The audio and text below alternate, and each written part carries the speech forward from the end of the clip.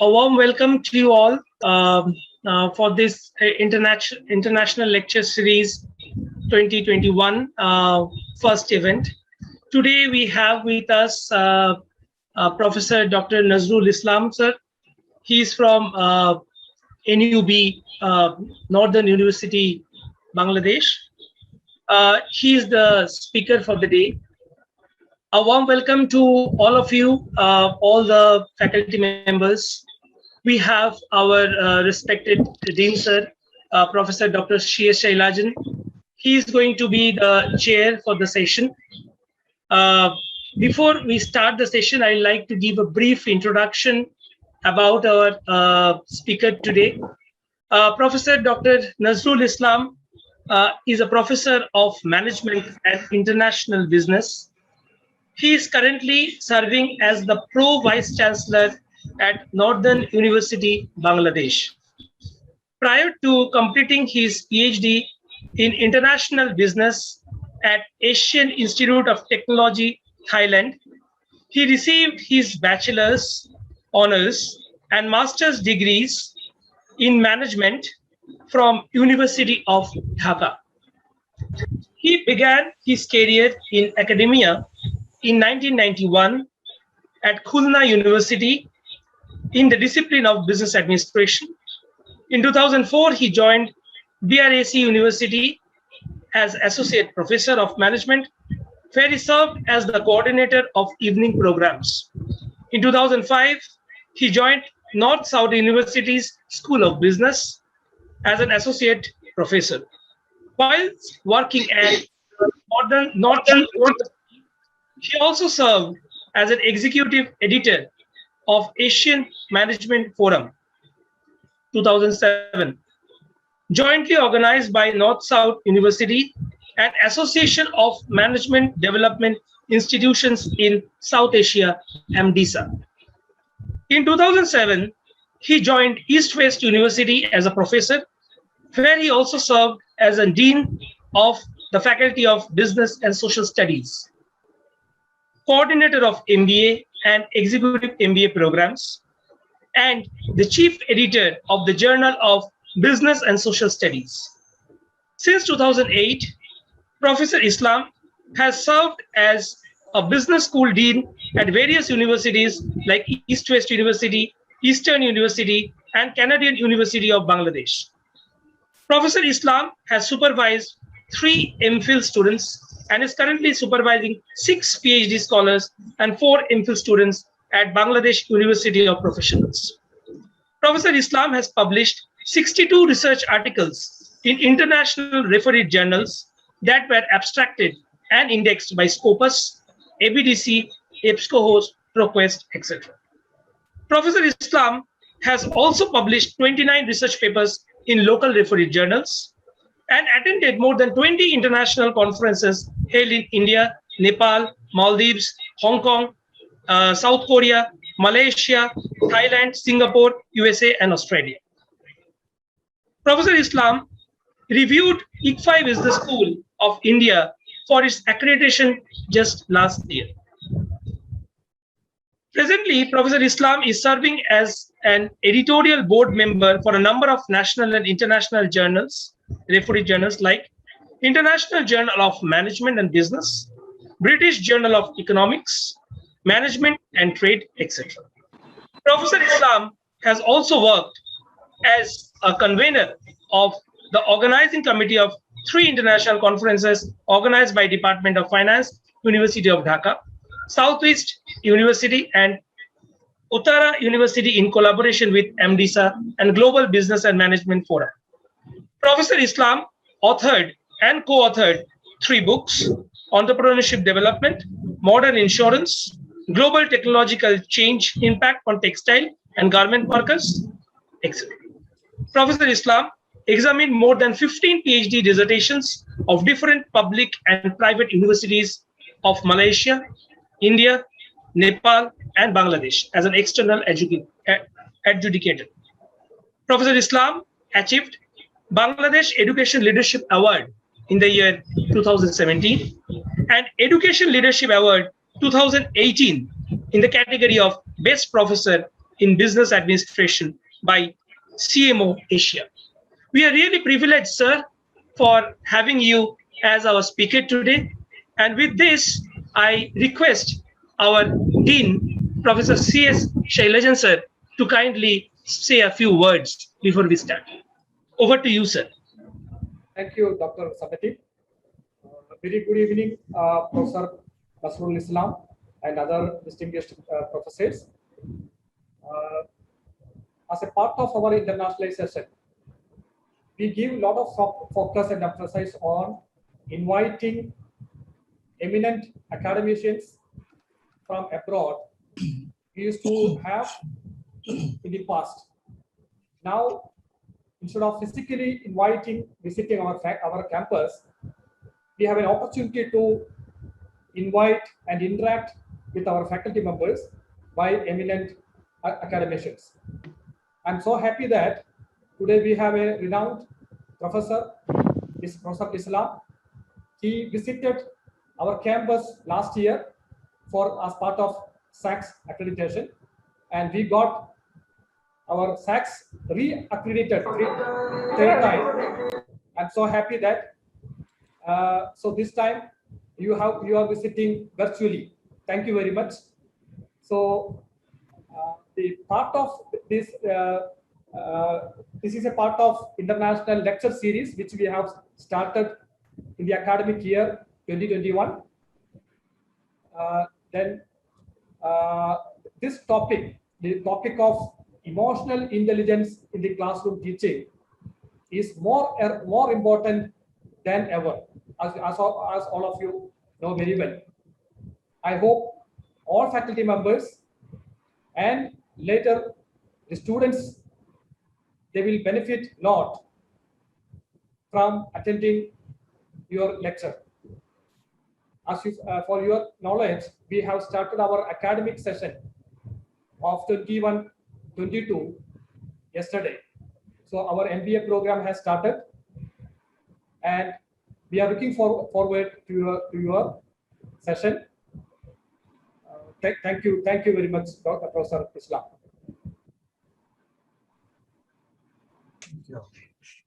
I'd like to request Professor Dr. Nazrul Islam, sir, to kindly address all the people who are present here. It will be our really nice experience to hear from you. Thank you. Thank you, Dr. Somadip Chakraborty. Honorable Vice Chancellor, Professor J. Mahendra Reddy, ICFI Foundation for Higher Education, Hyderabad, India. Respected Dean Academics, Professor Dr. C.S. Shailajan, IBS Hyderabad, Dr. Somadip Chakraborty, Associate Professor and Area Coordinator, Department of Operations and IT, IBS, distinguished colleagues and participants, good evening to all of you. It is really an honor and privilege for me to welcome you to this international webinar on emotional intelligence in classroom teaching, which has been organized by IBS Hyderabad. I wish to extend my deep appreciation to the ICFI Foundation for Higher Education Authority for inviting me to share the thoughts of emotional intelligence in classroom teaching with the esteemed faculty members of IBS Hyderabad. I want to particularly thank the Dean Academics, Professor Dr. Nasrul Islam, Shailajan, for inviting me to this program. I am delighted to welcome all the distinguished colleagues and of Management Department and ICFI Business School who are attending this lecture on emotional intelligence and classroom teaching. I also thank and welcome other participants, IBS Hyderabad, who will share knowledge and experience with the faculty members and ensure an outcome that is grounded in the concrete realities of increasing the effectiveness in teaching learning process at the tertiary level of education. Dear colleagues, no aspect of education has been more investigated than that of teaching effectiveness in the world. During last 50 years, thousands of research studies have attacked the phenomena through teachers' personality and characteristics, teaching methods, students' understanding and growth, and classroom interactions with its many facets of social and emotional climate, group influence, leadership behavior, verbal behavior, and teaching techniques and strategies. Hence, effectiveness in teaching and classroom efficiency is an important aspect of every teacher. Without the efficiency and effectiveness of teaching, a teacher cannot make the class outcome-based and cannot be accepted by the learners and students. Therefore, for making classroom teaching effective, I think emotional intelligence is also another aspect that we should understand and know and use when we teach in class.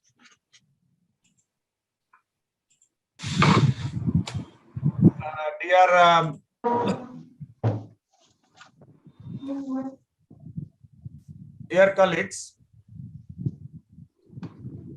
my today's discussion topic is emotional intelligence in classroom teaching. What I will do, I will basically share my experience and I will invite your experience to share in this forum so that we can learn this very important aspect of teaching learning process. In my lecture, in fact, I am planning to cover some aspects of a good teacher. I will discuss the main purpose of teaching, and I will focus on learning and domains of learning, cognitive domain, affective domain, psychomotor domain. I will little bit discuss concept of emotional intelligence and where is the place of emotional intelligence in learning. I will discuss the attributes of emotional intelligence in cognitive domain, teaching with emotional intelligence, application of emotional intelligence in classroom teaching, how to develop a higher sense of emotional intelligence, and why is emotional intelligence important for faculty members at the tertiary level of education.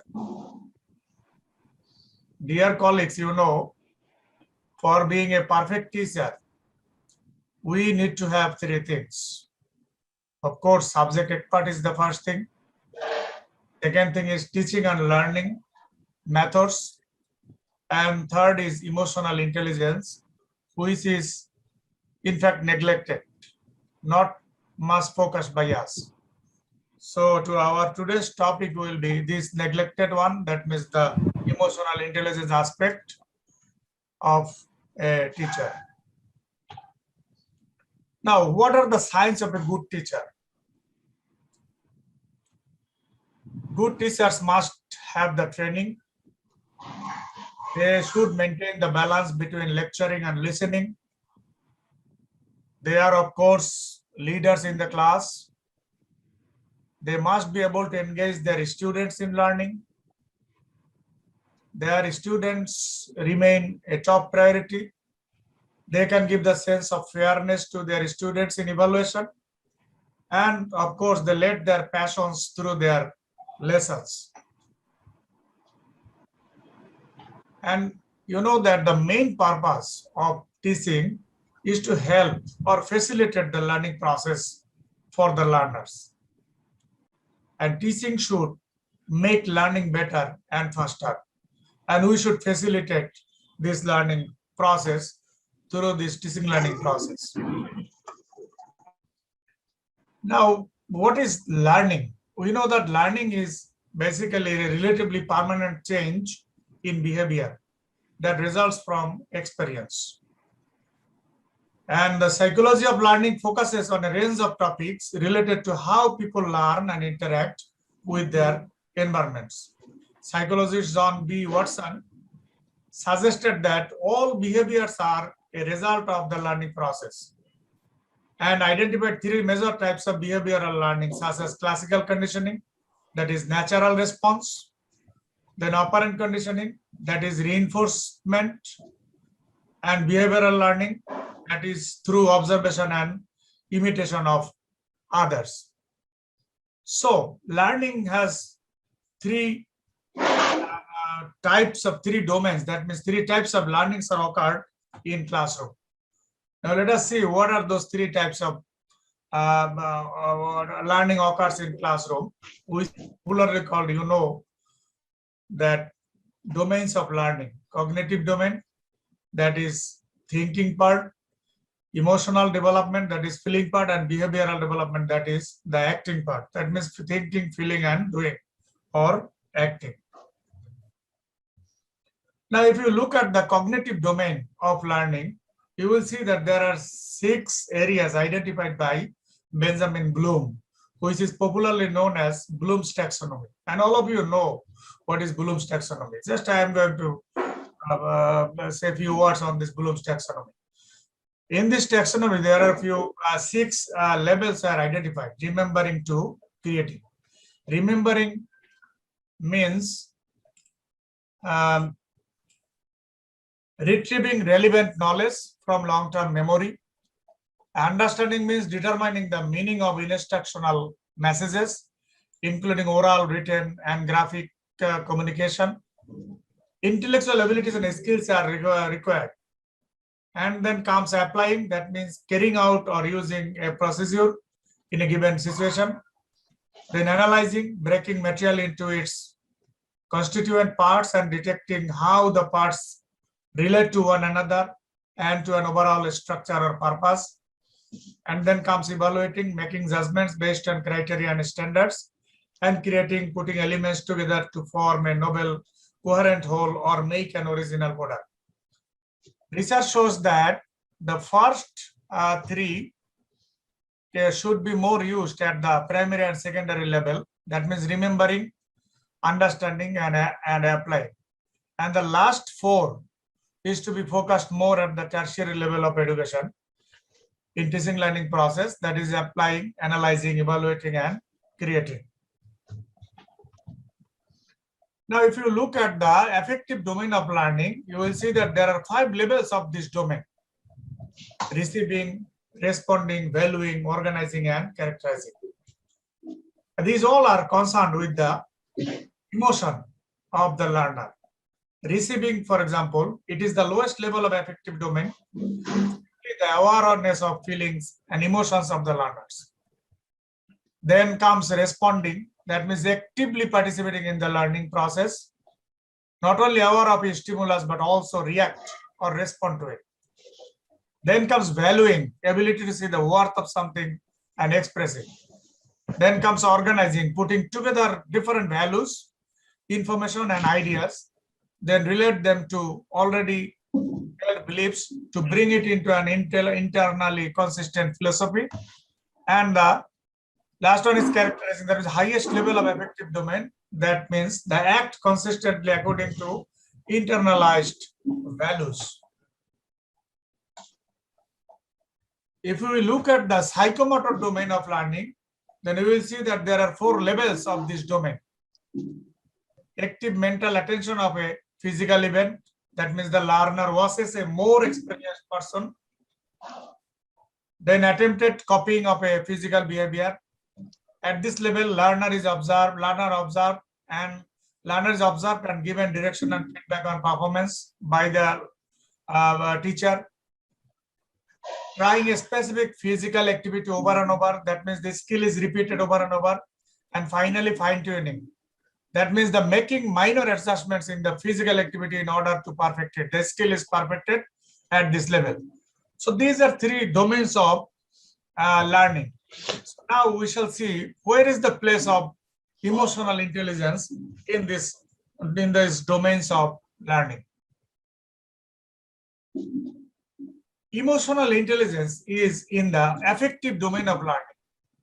It is the ability to identify, evaluate, control, and express one's emotions. The benefits of having emotional intelligence include increased self-awareness, stress management, higher motivation, more empathy, and compassion for others. It covers 5 main areas such as self-awareness, monitoring, self-motivation, empathy, and relationships or social skills. And it is of course important for good communication with others, and is therefore a gateway to better learning, friendships, academic success, and employment as well. Dear colleagues, now we shall just see what is emotional intelligence. Aristotle says that anybody can become angry, that is easy. But to be angry with the right person, and to the right degree, and at the right time, and for the right purpose, and in the right way, that is not within everybody's power and is not easy. That means emotional intelligence. You, dear colleagues, you know that Daniel Goleman, who is the pioneer who popularized this term, emotional intelligence, he said that we are being judged by new yardstick, not just how smart we are or by our training and expertise, but also how well we handle ourselves and each other. Now, some important quotes of Daniel Goleman. He said that in a very real sense, we have two minds, one that thinks and one that feels. So this emotional intelligence is concerned with feeling. Emotional brain responds to an event more quickly than the thinking brain. Life is a comedy for those who think and a tragedy for those who feel. Feelings are self-justifying with a set of perceptions and proofs all their own. Out of control emotions can make smart people stupid. People tend to become more emotional intelligent as they age and mature.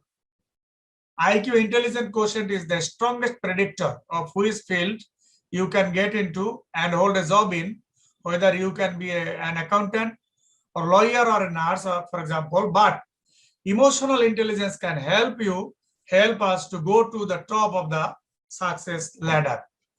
So the emotional intelligence is more important in success. Now, emotional intelligence, this idea appeared in psychology in 1960s.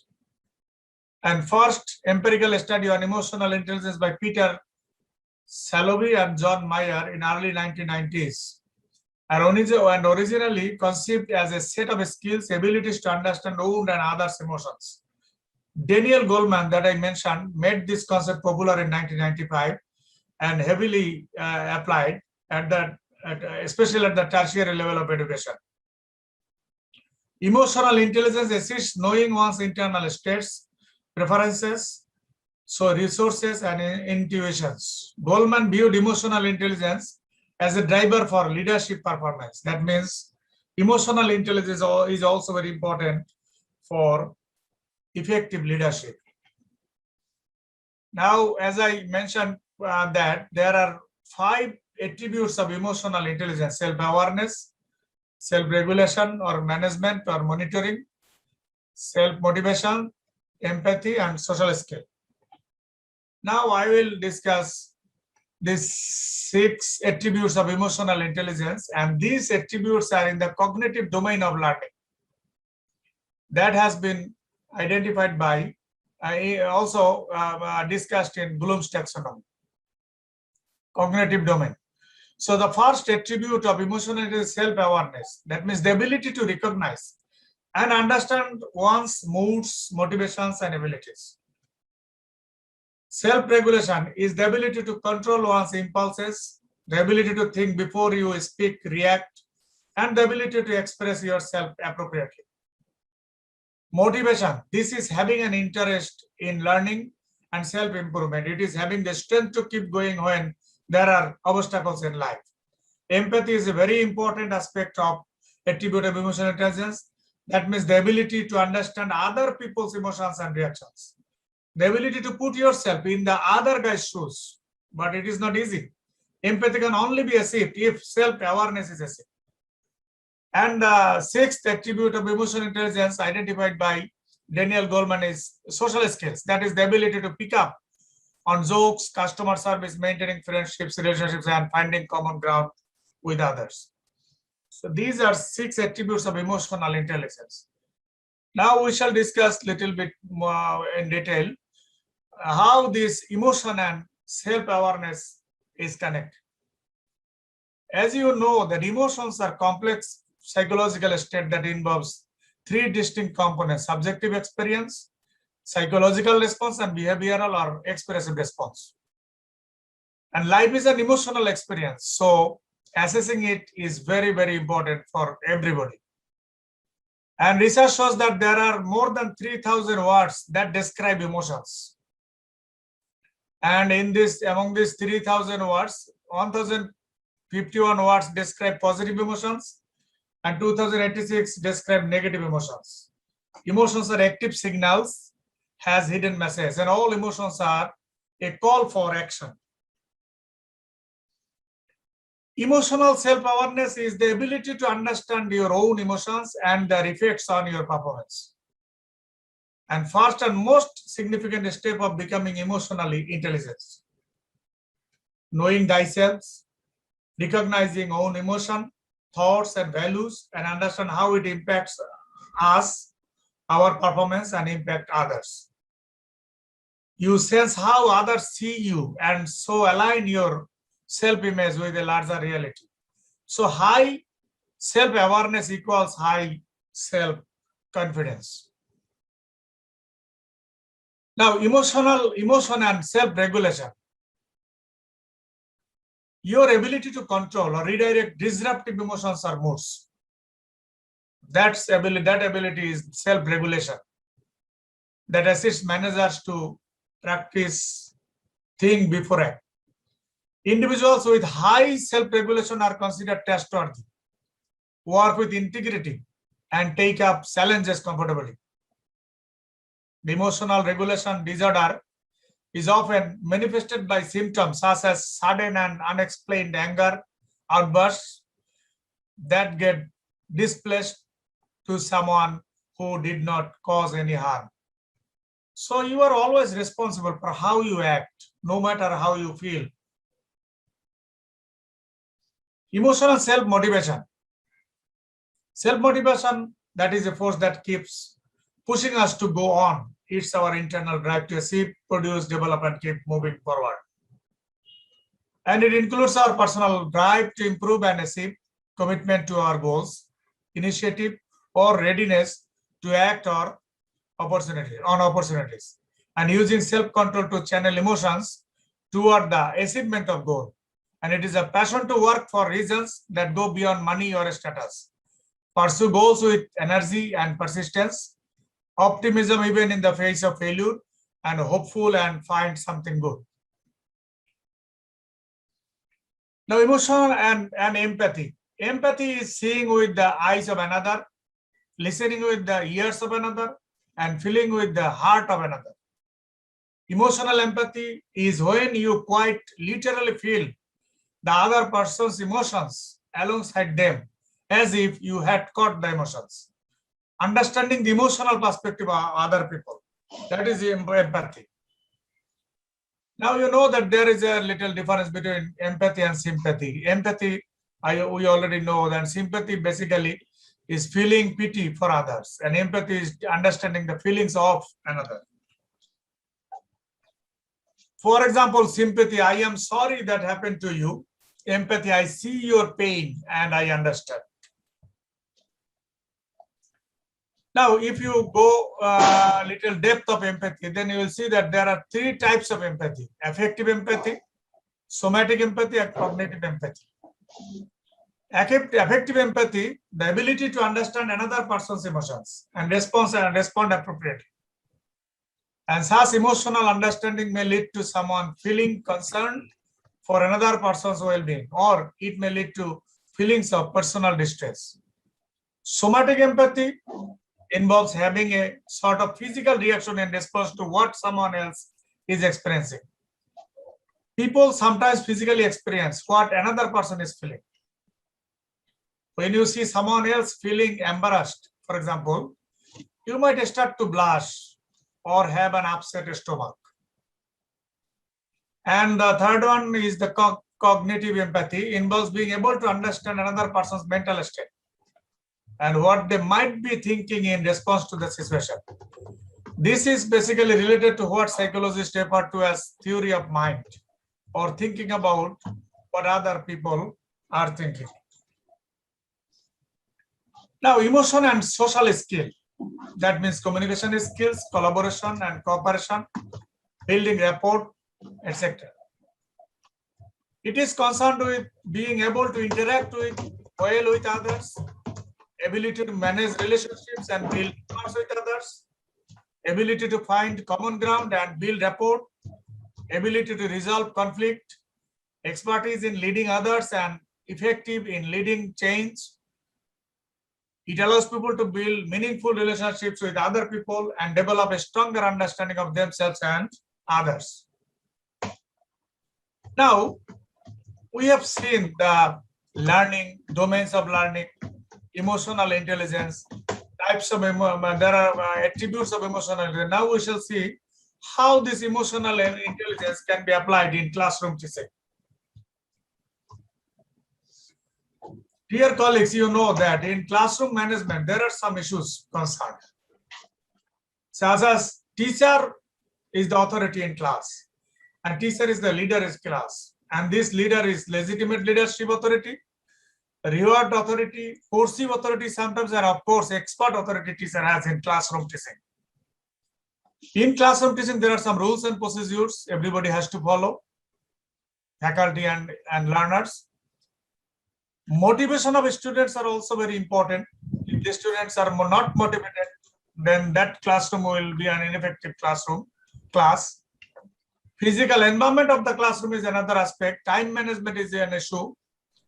Lesson management by providing clear objectives, witness, that means teachers' ability to be aware of what is happening in all parts of the classroom, overlapping during lesson presentation and group focus, etc.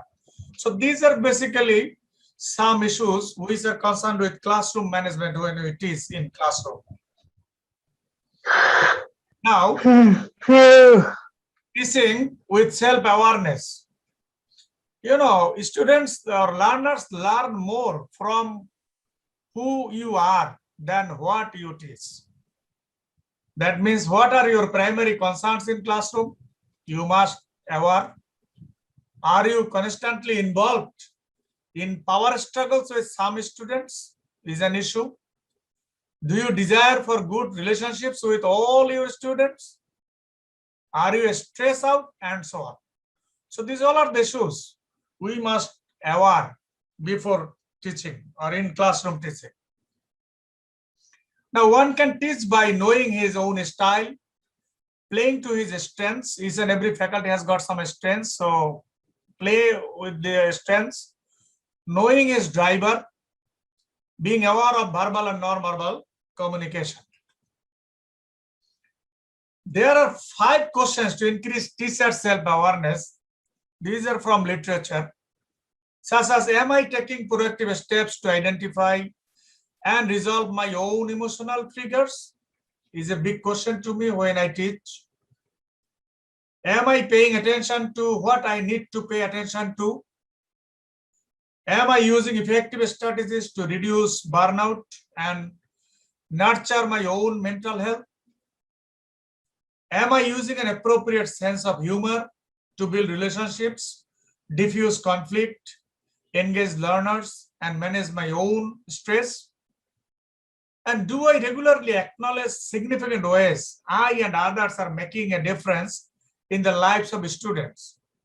So these are some questions can be asked to oneself in classroom teaching to improve the self-awareness.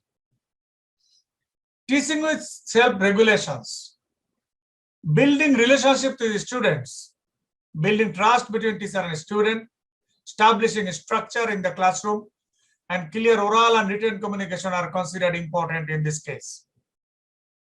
Benefits of emotional intelligence include better relationships with the students, higher levels of student engagement, and more trusting relationships if the teacher has got higher level of self-regulations. However, students' home lives and limited training for emotional intelligence can create barriers in this regard. Teaching with self-motivations is the force that drives you to do the things. People can be motivated by many things, maybe both internal and external, such as desire to do something, love of someone, or need for money, or something else.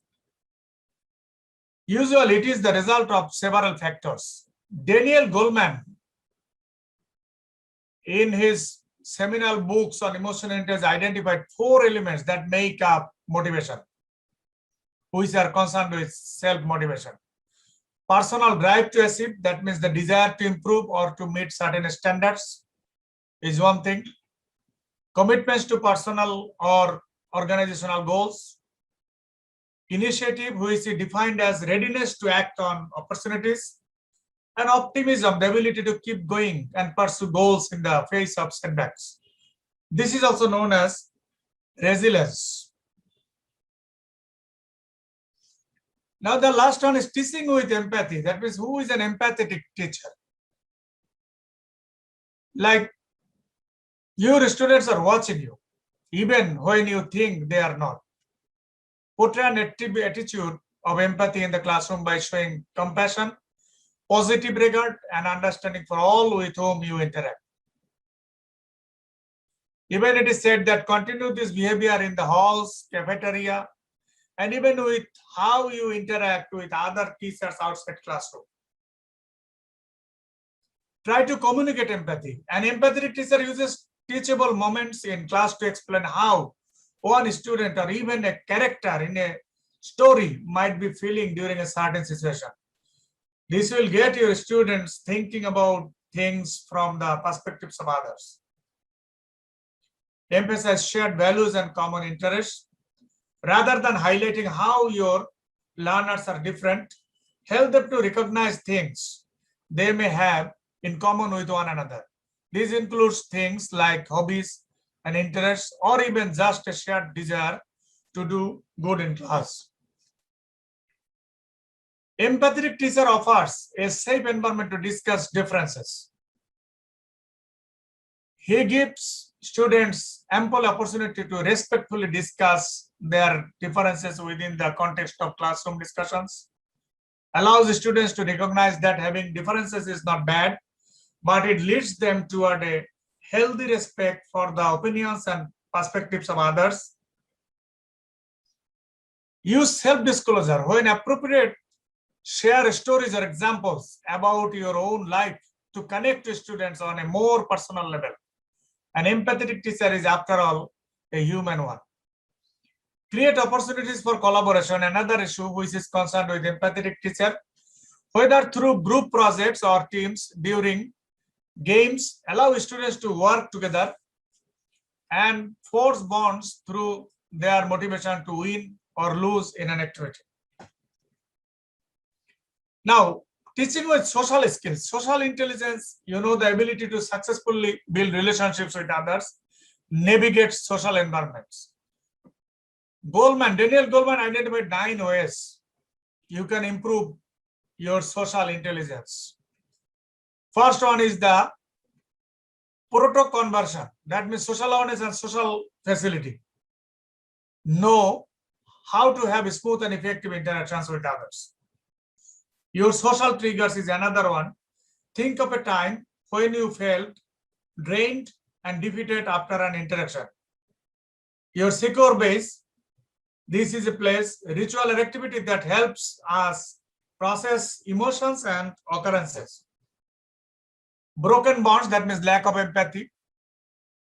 Positively infectious, when someone smiles at us, of course, it's hard not to smile back.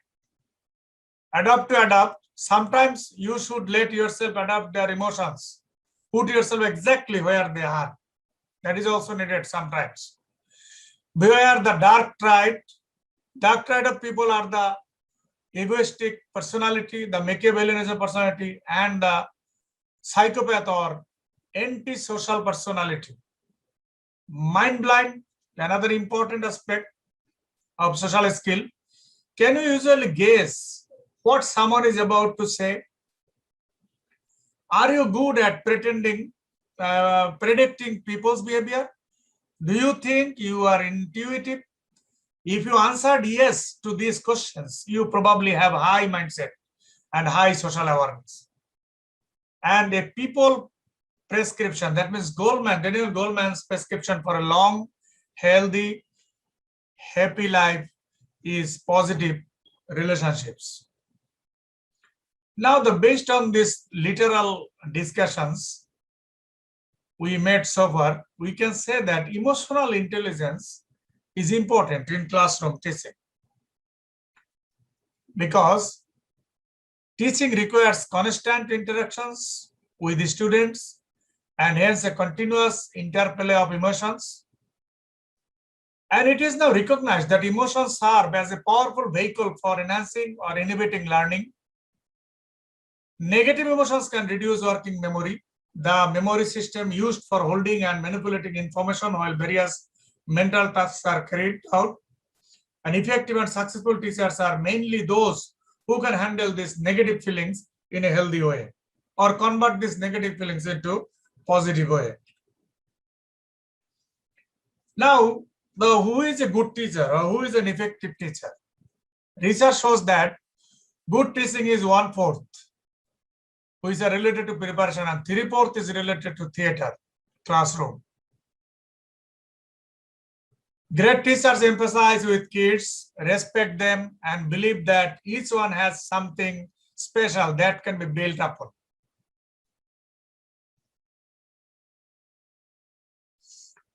Now, studies show that those individuals with high sense of emotional intelligence tend to become successful.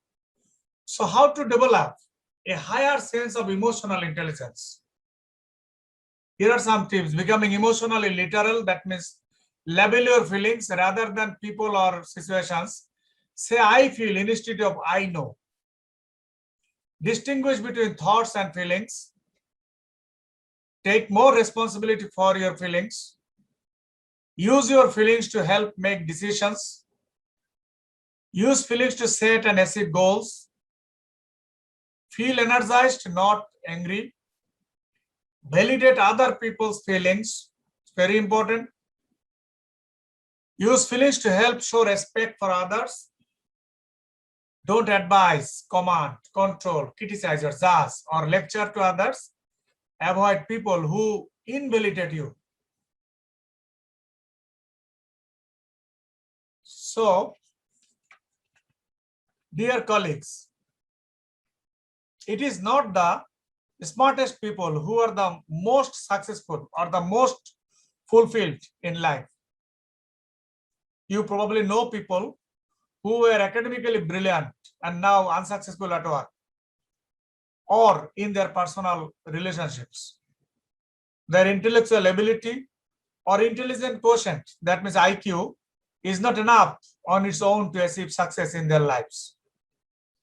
Higher level of IQ can help someone to get into college or to start a job, good job. But it is not, it is the EQ, that means emotional quotient or emotional intelligence, that helps someone to manage his or her stresses and emotions when he or she faces problems at work. Therefore, both IQ and EQ or emotional intelligence are important for being effective at work in classroom. IQ and EQ exist in tandem and are most effective when they build off one another. So the success is the function of IQ and EQ, not only IQ. So finally, if our emotional abilities are not in hand, if we do not have self-awareness, if we are not able to manage our distressing emotions, if we cannot have empathy and have effective relationships, then no matter how smart we are not going to get very far. Distinguished participants and colleagues, you are all leaders, classroom leaders at least, mentors, advisors, motivators in the teaching learning process. And I am fully confident that your knowledge, experience, and expertise will provide important insights on understanding and managing emotions of the learners.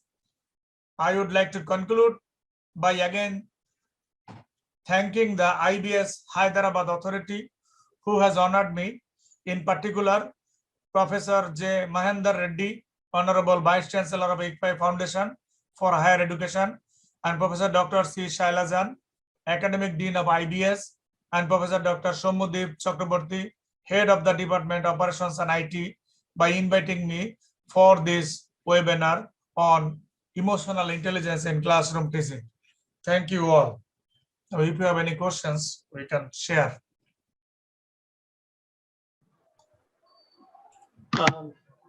Thank you, sir. It was really a very engrossing session with you. We have a couple of questions which are asked in the chat box. There's a question which mentions that, shall I tell you, sir, the question? Yeah, sure. As a group, do teachers have high or low EI? As a group, do teachers have high or low EI? As a group, teachers, you know, Yes. emotional intelligence is perceived from the individual point of view, not from group point of view. This is from individual point of view. We are talking emotional intelligence, attributes of emotional intelligence from individual perspective, an individual's attribute, not a group. But the teacher has, if the teacher has got this knowledge, if the teacher can understand the individual students in class and their emotional intelligence level or emotions, then he can manage better his class. Sir, I think they've added that they're asking teachers in general. They have just now added on the chat box. They're asking for teachers in general. Might not be as a group, as an individual in general. Yeah, I said, yeah, it is, you know, emotional intelligence of group. I don't have much idea because this is from the individual point of view. Thank you, sir. Thank you. If anybody else has got any questions, please feel free to ask it. Okay, we have one question from Professor Srinivasachari. He asked that, will people through some, will you please throw some light on the difference between feelings and thought from the classroom point of view? Feelings and thought. That's a good question. Feeling is exactly from the emotion. It is exactly connected with emotion, and thought is not only connected with emotion, it is also connected with knowledge. That is the cognitive part, cognitive domain, knowledge, thinking part. So thought is first, feeling is next. Thank you, sir. Thank you. Sir, we have one question from Dr. Surjit Kumar Kaur.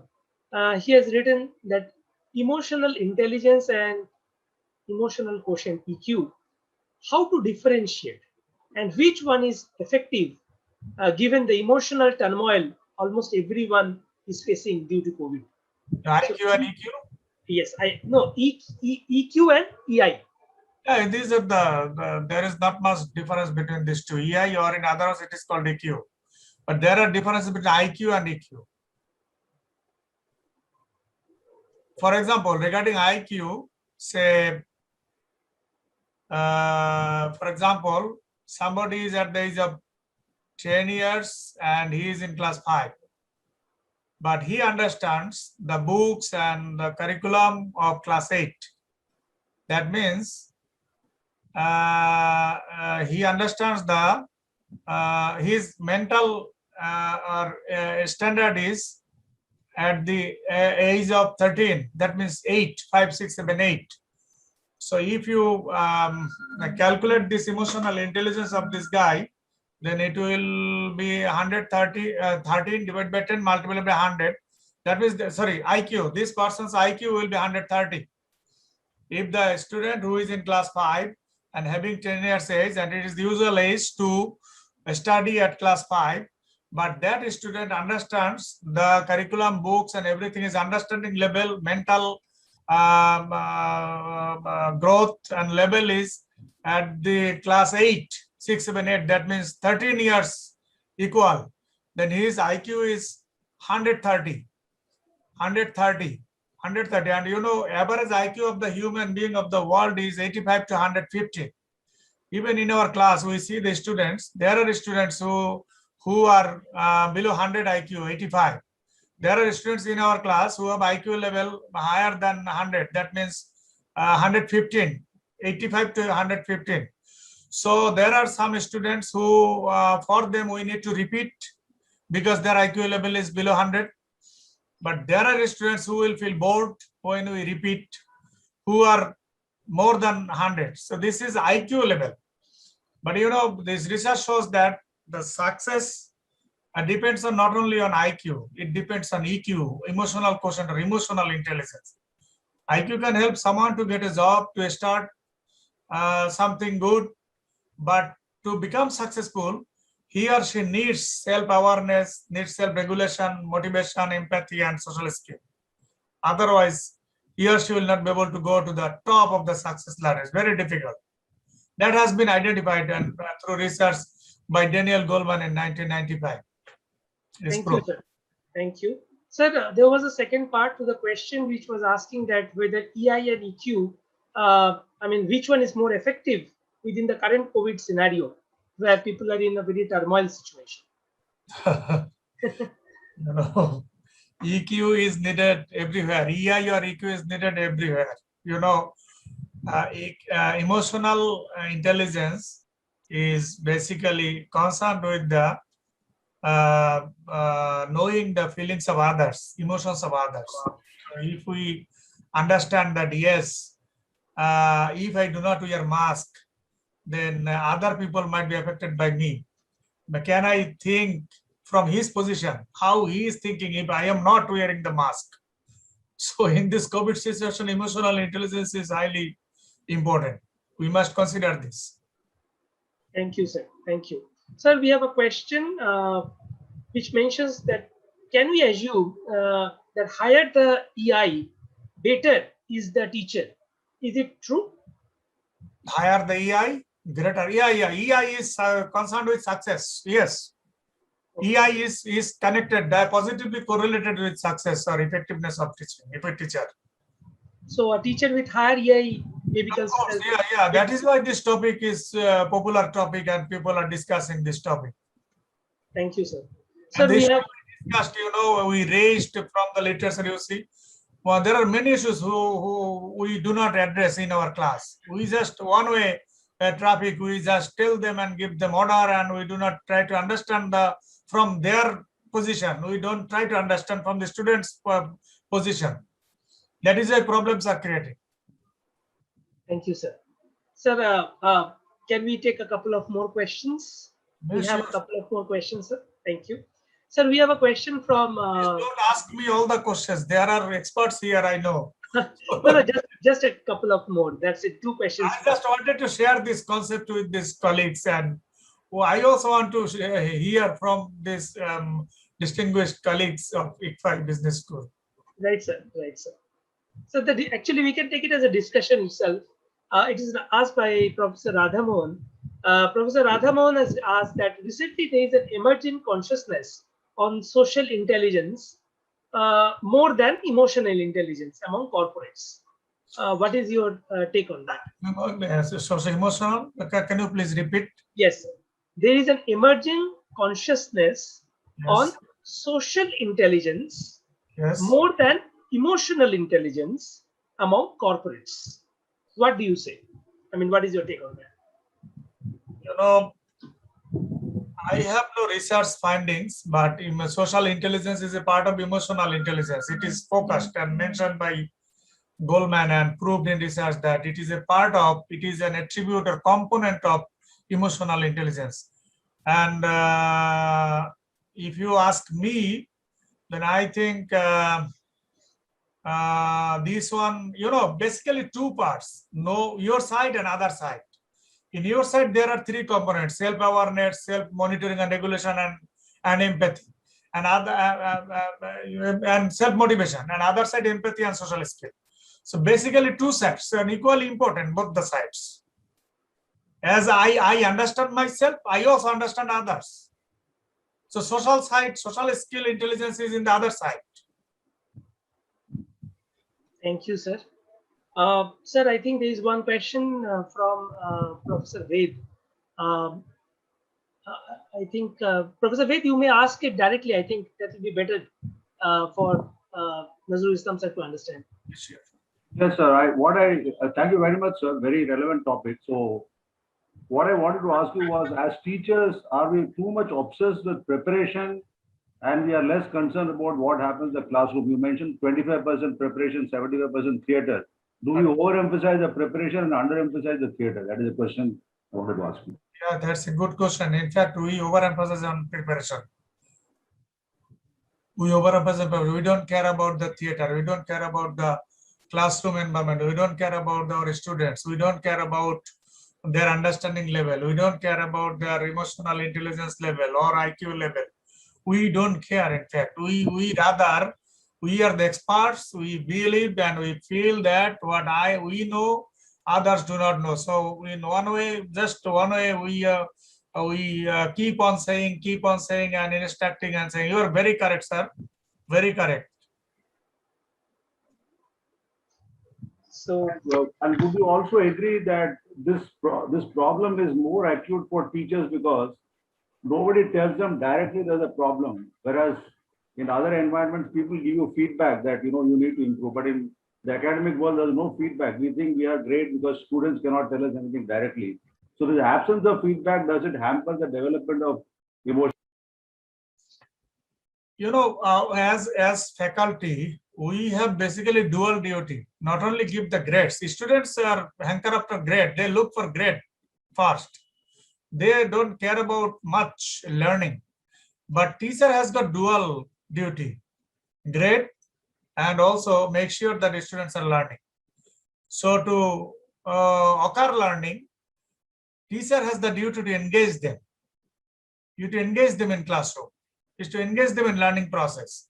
And how to do that? And emotional, if the teacher can manage the emotional aspects of the class, his emotional aspects and the emotional aspects of his students, then perhaps he or she will be able to engage the students better, and there will be better learning environment in the class. thank you, sir. So we have one last just discussion topic. I will not say it as a question. Professor Jaipal has said, where do you put EI in modern education in compared to ancient Gurukul education system? That is a great question. The professor, in Guru Shishyo, Guru Shishyo education system, everything was transferred from Guru to Shishyo in a course of time. And, you can say the issue we are talking today is emotional intelligence that is successfully transferred to Shishyo, to follower in course of time. Of course, that is the best system, but in modern era, it is very difficult to have followers. So many people make them followers. In this modern era, very difficult. But I think emotional intelligence aspect was highly addressed in that system. That is why that education system learning system was highly effective. So is that because in the Gurukul system, you had a few students per teacher, but today we are trying to handle hundreds of students simultaneously? Is that one of the reasons? Perhaps, yes, you are very correct. Perhaps that's the reason. So many, and that is why you will see that the good universities, they have class size, specifically say 20 students, 15 students, not more than that. They have the restrictions in class size. But what I understand is that in the old system of education, there was no need for the teacher to understand the student as such. Whatever the guru says, student has to oblige. There is no other go. In those days, what I understand, the student has to understand the teacher rather than teacher understanding the student.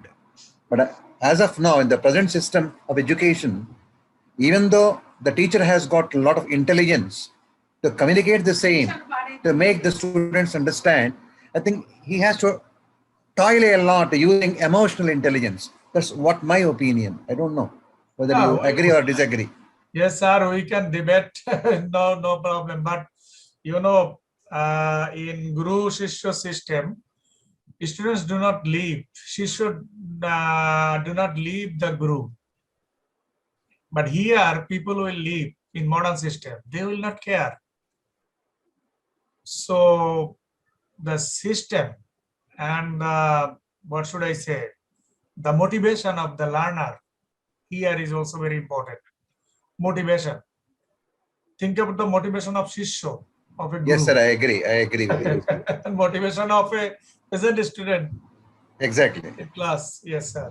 I fully agree with you. Yeah, thank you, So, sir. sir, what you are saying is maybe superficially we are friendly with the students, but in the ancient system, that relationship was so deep. Very that specific. even if the teacher punished the student, they never took it in the wrong Yes, spirit. yes, sir. Yes, sir. You are correctly pointed out. Yes, sir.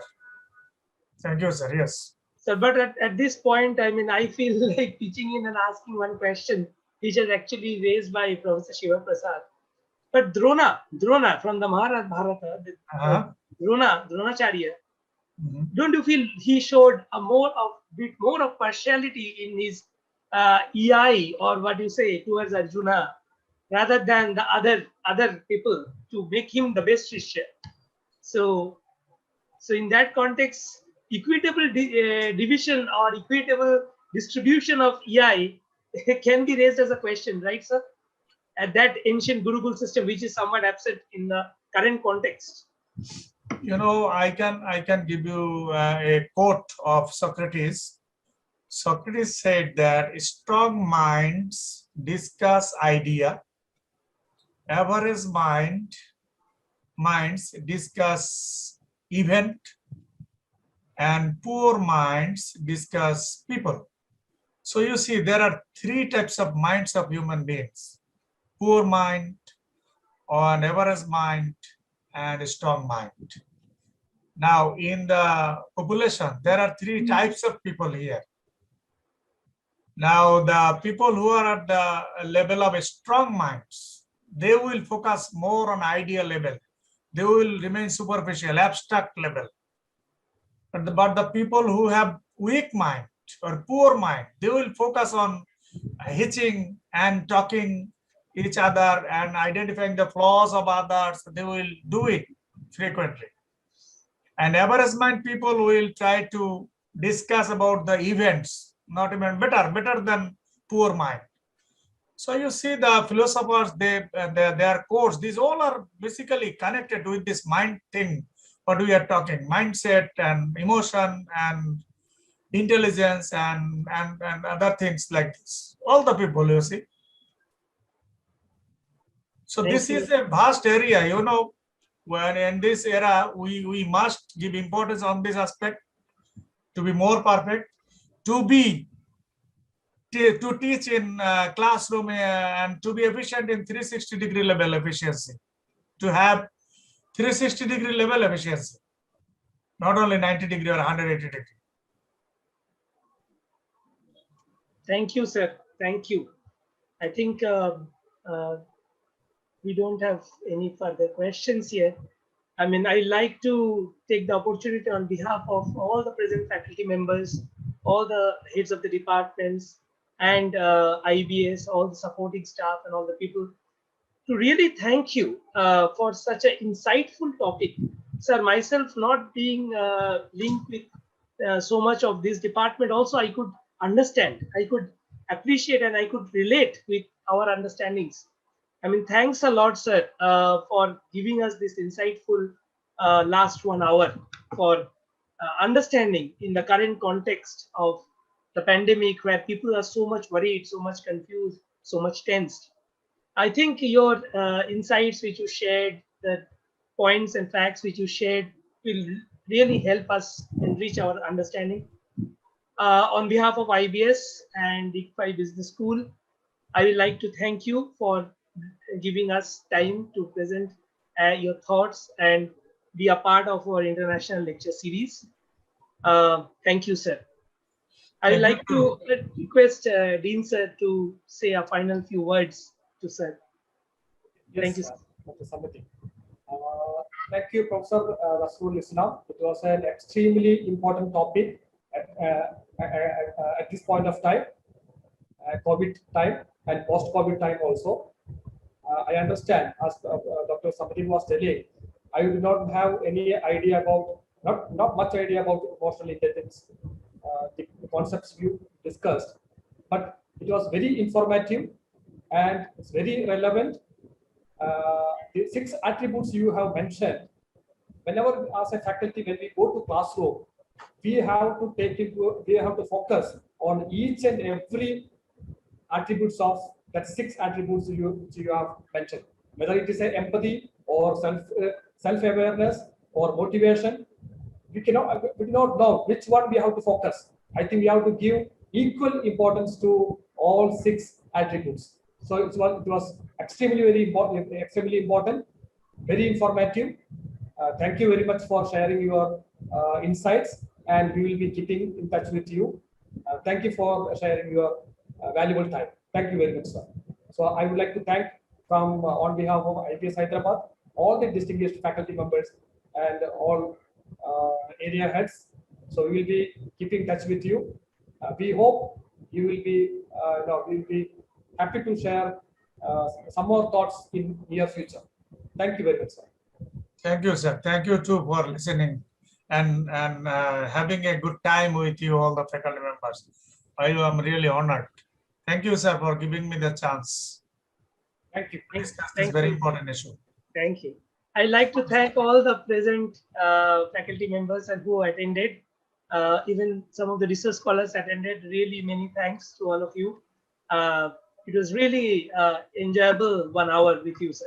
We look forward towards many such cases where we will get a chance to hear you in various other forums.